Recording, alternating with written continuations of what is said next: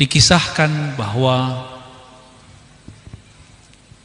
ketika Abdullah bin Abdul Muttalib beliau hendak pulang ke kampungnya, ke Makkah, di tengah perjalanan ada seorang perempuan ahli kitab jatuh cinta kepadanya. Tapi bukan karena si Abdullahnya. Ternyata perempuan ini kita sebut sekarang kasyaf. Dia hafal kitab Taurat dan punya wirid-wirid yang banyak. Dia tarik Abdullah, dia katakan, "Wahai Abdullah, kawini aku." Kata Abdullah, "Enggak, aku harus pulang segera." Pulanglah dia.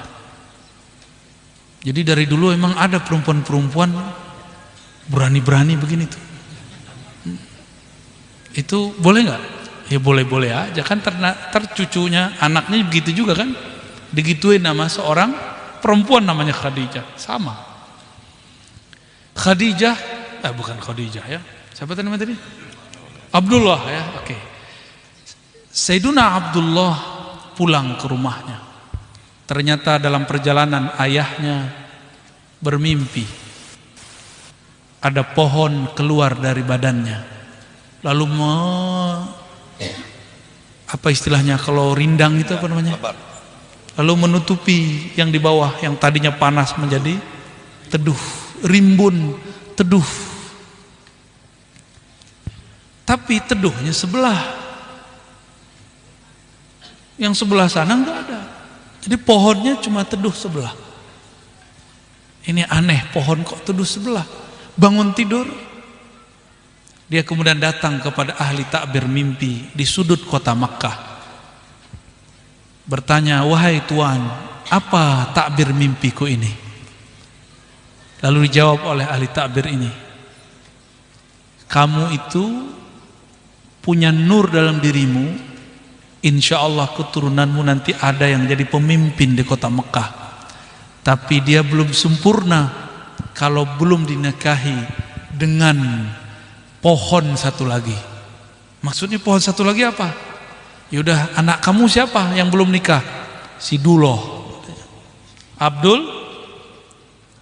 nikahin dia dengan keluarga dekatmu, yaitu anak dari Wahab. Namanya siapa? Aminah binti Wahab. Akhirnya beliau Abdul Muttalib mendatangi Wahab, melamar siapa? Aminah untuk anaknya. Wah, dulu tuh bukan cewek dijodohin, cowok dijodohin. Mau nggak kalian dijodohin sama santri yang di sono? Dia nggak mau sama kalian.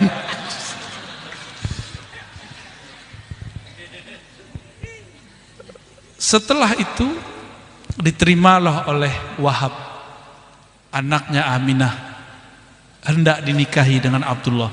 Abdullah masih di perjalanan. Sampai di Mekah, ternyata Abdullah dan Wahab sudah siap-siap untuk buat kayak gini, tenda gini kira-kira ya. Dulu kan belum ada tenda begini.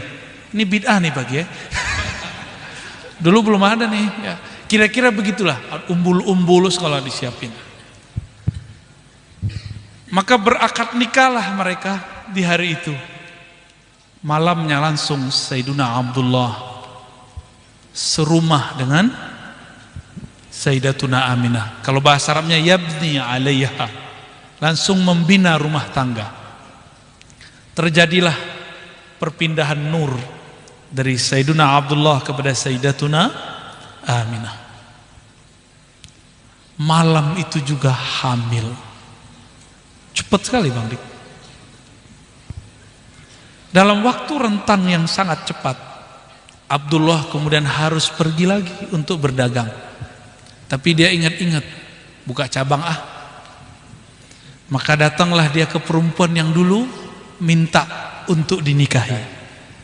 Ini namanya jatuh cinta yang telat.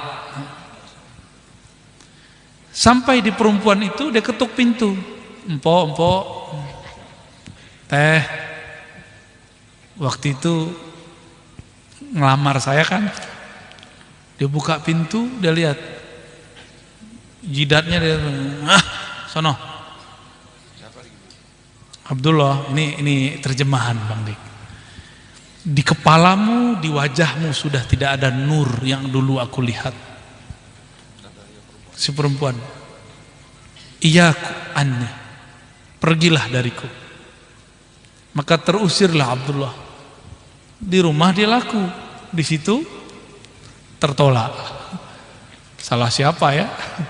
Tapi itulah rahasia Allah Subhanahu wa ta'ala. Lalu dia lanjutkan perjalanan berdagang dengan kafilah-kafilahnya.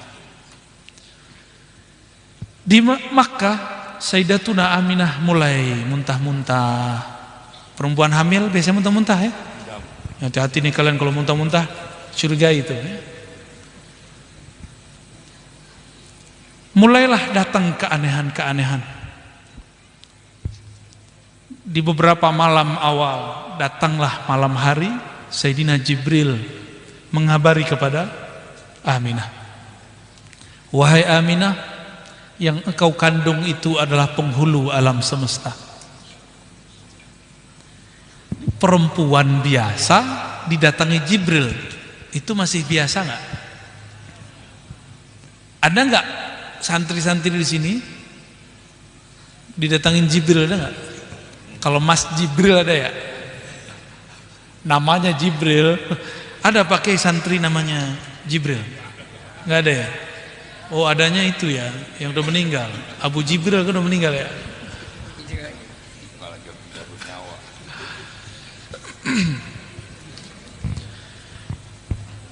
Besok-besok datang lagi malaikat yang lain, datang lagi malaikat yang lain. Di beberapa bulan yang lain datanglah Nabi Adam, datanglah Nabi Nuh, datanglah Nabi Ibrahim. Semuanya mengatakan, yang engkau kandung wahai Aminah itu adalah Nabi akhir zaman, penghulu alam semesta. Ada yang mimpi Nabi Nuh di sini, Pak Kiai? Ada? Ada yang mimpi Nabi Muhammad gak? Ada satu dua ya, nggak banyak kayaknya nih. Kiai padahal nggak mimpi Nabi Muhammad. Gimana yang bukan kiai? Ini Sayyidatuna Aminah hampir setiap malam bertemu rohani malaikat, rohani para nabi. Kira-kira ini wali bukan? Ada nggak wali? Kalau situ wali, adakah di antara wali-wali ini, wali murid? Apalagi? Wali Dajjal, jangan.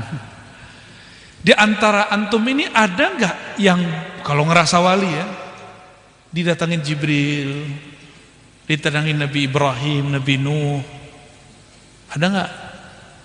Berarti masih di bawahnya Sayyidatuna Aminah itu makomnya tuh. Ya. Coba perbandingan Sayyidatuna Maryam, Sayyidatuna Aminah. Siapa yang dikandung mereka berdua nih? Sama-sama Nabi bukan?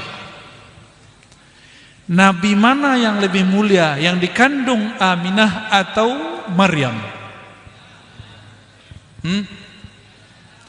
Kalau Maryam ditanggung oleh Allah, dikirim buah-buah oleh Allah, masa Aminah nggak dikirim? Ya. Jika Maryam dijaga oleh Allah, diberikan nutrisi-nutrisi surgawi, tentu Aminah lebih dahsyat lagi. Maksud saya apa? Aminah walaupun kemudian dapat kabar buruk, ternyata suaminya terkena penyakit, meninggal di tengah perjalanan. Aminah menjadi perempuan hamil, baru menikah, masih sangat muda, lagi hamil langsung berstatus janda. Sedih nggak tuh? Sedih, nggak ada suami, tapi Allah kirim hiburan-hiburan dari langit. Hampir setiap hari Aminah mendengarkan suara malaikat dari langit. Wahai Aminah, yang engkau kandung adalah kekasih Allah, Habibullah. Itu bisa mendengar begitu. Bahasa kitabnya disebut mukasyafah. Apa namanya? disingkapkan oleh Allah tirai-tirai alam gaib. Kira-kira ada nggak wali, kiai-kiai, habib-habib yang begitu sekarang? Kalau ada, dia mungkin wali yang sama atau lebih tinggi.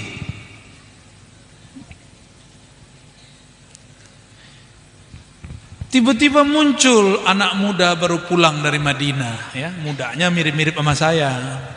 Apa kata dia? Orang tua Nabi masuk neraka. Oh, Ban Seriun, kita mau apain mereka itu? Ente mau apain mereka itu?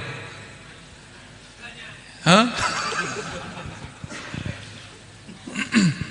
Kita punya orang tua nih, mungkin non muslim. Terus kata teman kita, anak ahli neraka, digituin gimana? Pentungan keluar nggak? Keluar semua. Apa kata anaknya? Tamat Madinah, jalan di tanah yang dulu diinjak oleh kaki mulia Rasulullah SAW. Tapi dia tidak punya adab kepada Rasulullah SAW. Imam Malik dulu tidak berani jalan pakai sendal di Madinah. Apa kata orang? Wahai tuan guru, engkau ini imam, guru kami di Madinah. Kenapa engkau tidak pakai sendal? Dibeliin sendal, nggak dipakai. Apa jawaban beliau? Tidaklah pantas Malik bin Anas berjalan dengan sendal yang mewah, sedangkan di bawahnya ada jasad baginda Nabi Muhammad sallallahu alaihi wasallam. Makanya Imam Malik diberikan hadiah oleh Allah, ma bittu lailan illa wa ra'aitun nabiyya sallallahu alaihi wasallam. Riwayat Abu Nuaim, riwayatnya sahih. Tidaklah aku tertidur malam hari kecuali Rasulullah mengunjungiku. Kecuali aku bertemu Rasulullah sallallahu alaihi wasallam. Apa torikotnya Imam Malik? Melepas sendal. Itu riyadhah dia, adab. Judul kurikulum zikirnya namanya adab.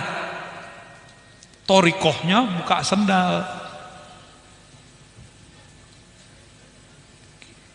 Kalau kejuan jamaah yang duitnya agak lumayan dikit banyak, belum kaya amat, baru-baru kaya, nyampe di Madinah, hotelnya kurang bagus, itu dihardik tuh ustadznya.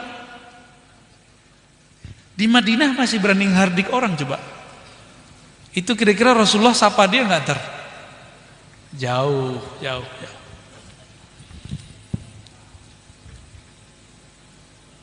Gimana? Kita mau apain tuh orang? Kita buka kitab aja. Ya antum jangan semangat, kayaknya semangat mau mukul kayaknya. Kayaknya semangat mau kita geruduk aja dia, seruduk gitu. Enggak begitu. Kita ajak debat ya.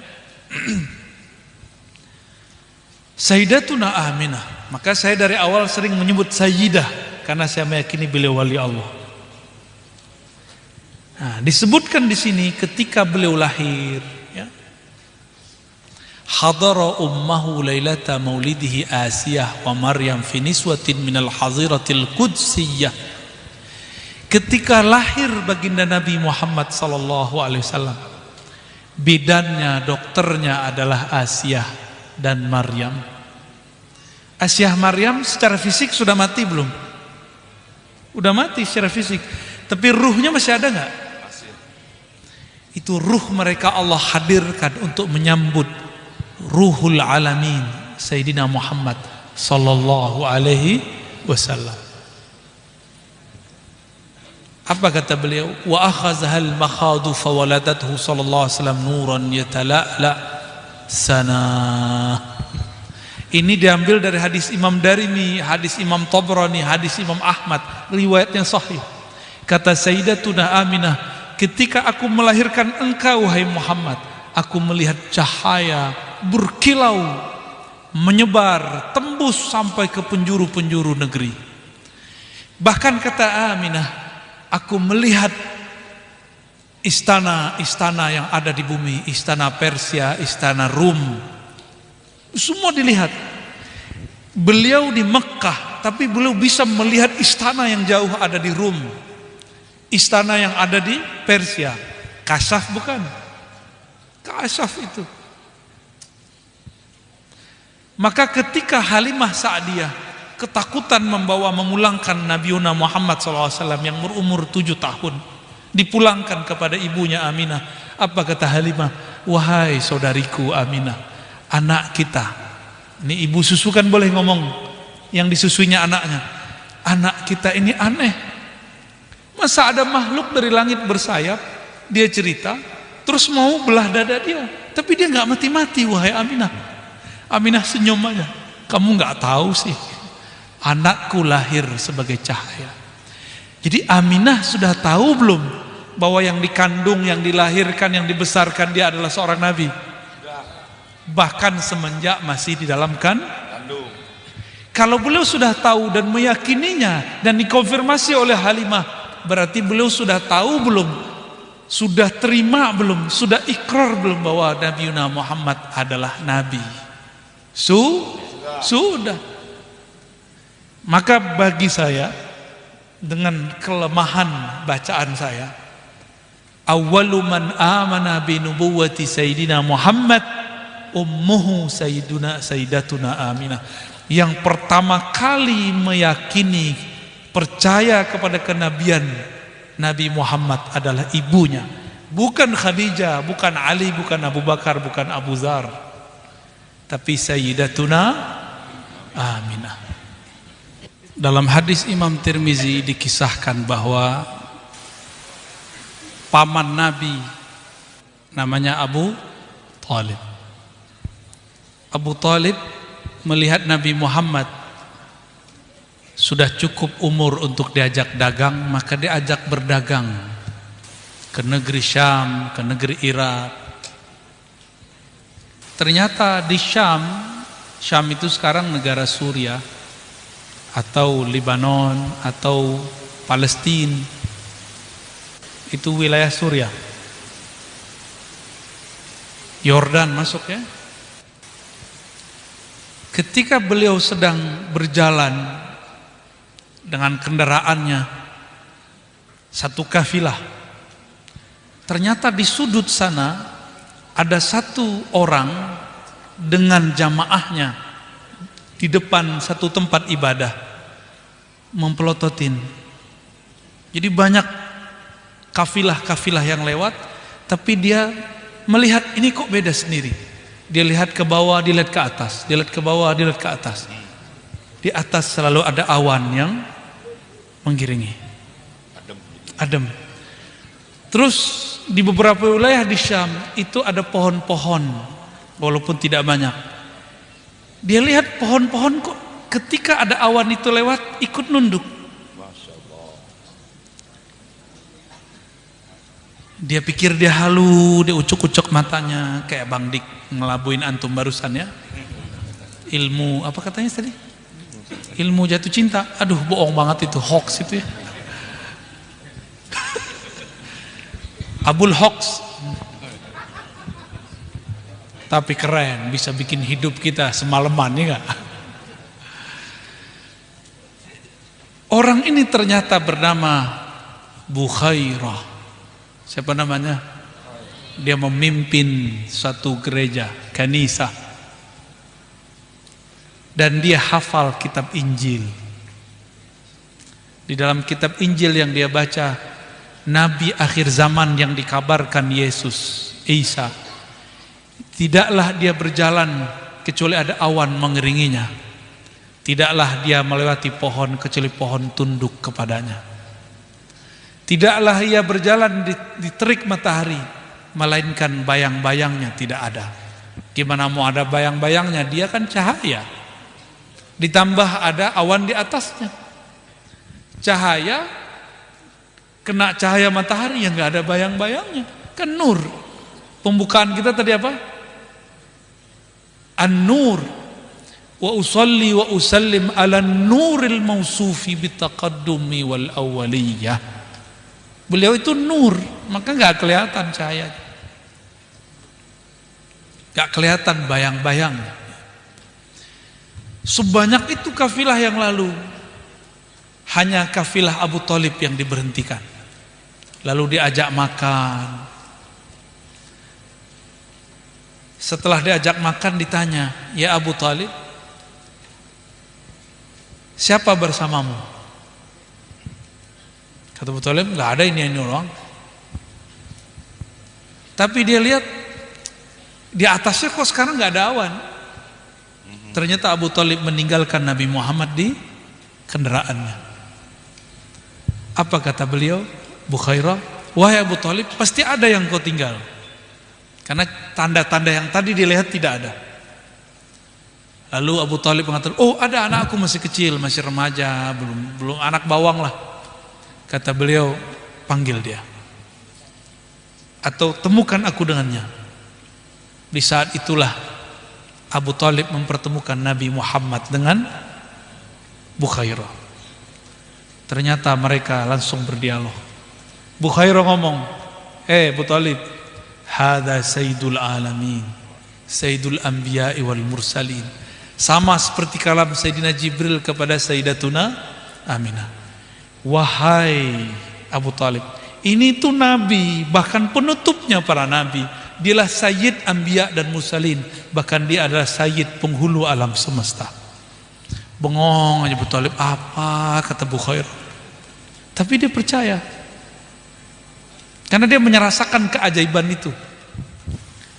Lalu beliau mengatakan, wahai Abu Thalib, janganlah bawa anakmu ke Rum. Rum itu Syam dulu, Rum Timur. Jika engkau membawa anakmu ke sana, maka ahlu Rum sayaktuluna, akan membunuhnya.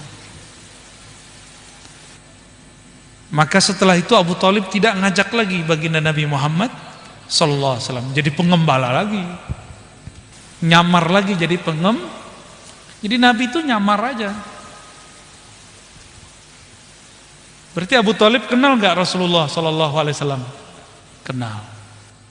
Nggak lama setelah itu Bukhairah wafat, karena dia sudah ketemu dengan Nabi akhir. Itulah kesempurnaan dari Bukhairah. Dia ketemu Nabi akhir zaman. Itu masih remaja loh, belum umur 25. Cuma pelajaran yang kita terima di sekolah, anak-anak kita dapat, nggak tahu di sini gimana nih bukunya yang dipakai. Diangkat jadi nabi umur 25, itu nggak sahih. Dalam hadis Imam Tirmizi dan hadis Imam Darimi disebutkan ada dua versi. Nabi ditanya oleh para sahabat. Qala Abu Hurairah, ya, Abu Hurairah berkata, Qalu di situ sahabat Nabi, mata wajabat lakan nubuwah, kapan engkau diangkat jadi nabi? Kapan engkau ditetapkan jadi nabi? Apa jawaban Nabi Muhammad sallallahu alaihi wasallam? Adam baina ma'in wa tin. Adam belum dicipta, masih bahannya air dan tanah.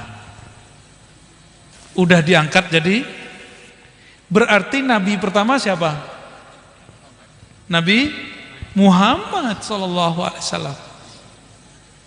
Sesat nggak ngomong begini? Hah?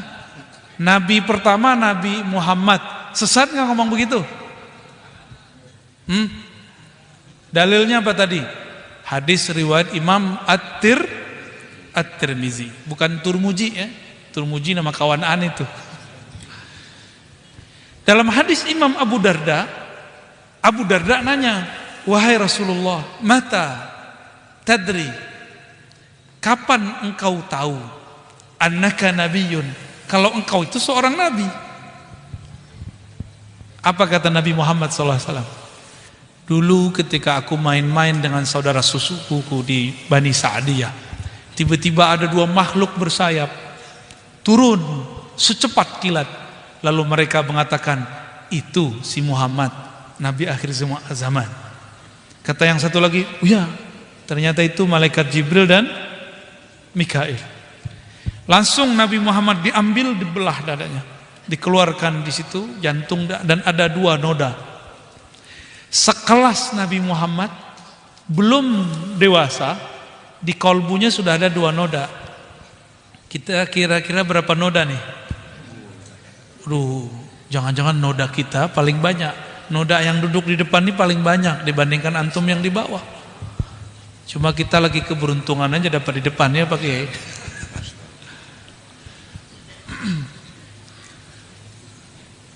Nabi Muhammad mengatakan, aku sadar aku jadi nabi saat malaikat itu turun. Umur 7 tahun atau 5 tahun dalam riwayat yang lain, Nabi sudah sadar beliau seorang Nabi. Sadarnya, tapi diangkatnya kapan? Sebelum itu. Jadi tidak benar Nabi diangkat umur 25. Beliau diangkat jauh sebelumnya. Umur 25 itu nikah dengan Sayyidatuna Khadijah. Nah itu yang benar ya. Pendek cerita, karena ini cerita maulid, jadi nggak boleh panjang-panjang sampai ke cerita lahir dan remaja. Beliau Shallallahu Alaihi Wasallam mengatakan, tidaklah aku jalan di suatu pegunungan yang ada bebatuannya, illa wa yusallimu alayya, kecuali batu-batu itu menyapaku mengatakan, assalamu alayka ya Rasulullah. Itulah yang kita baca di depan-depan sini. Ya Rasulullah salamun alaik. Itu dia, itu dari situ tuh. Itu kalam langsung dikalamkan pohon-pohon. Nabi melewati pohon, pohon mengatakan salaf atas engkau wahai Rasulullah. Nabi melewati ada onta-onta, ada hewan. Itu semuanya langsung tunduk sujud kepada Nabi sallallahu alaihi wasallam.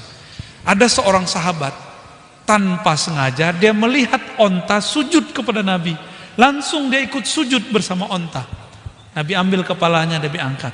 Kenapa engkau sujud wahai sahabatku? Apa jawaban beliau?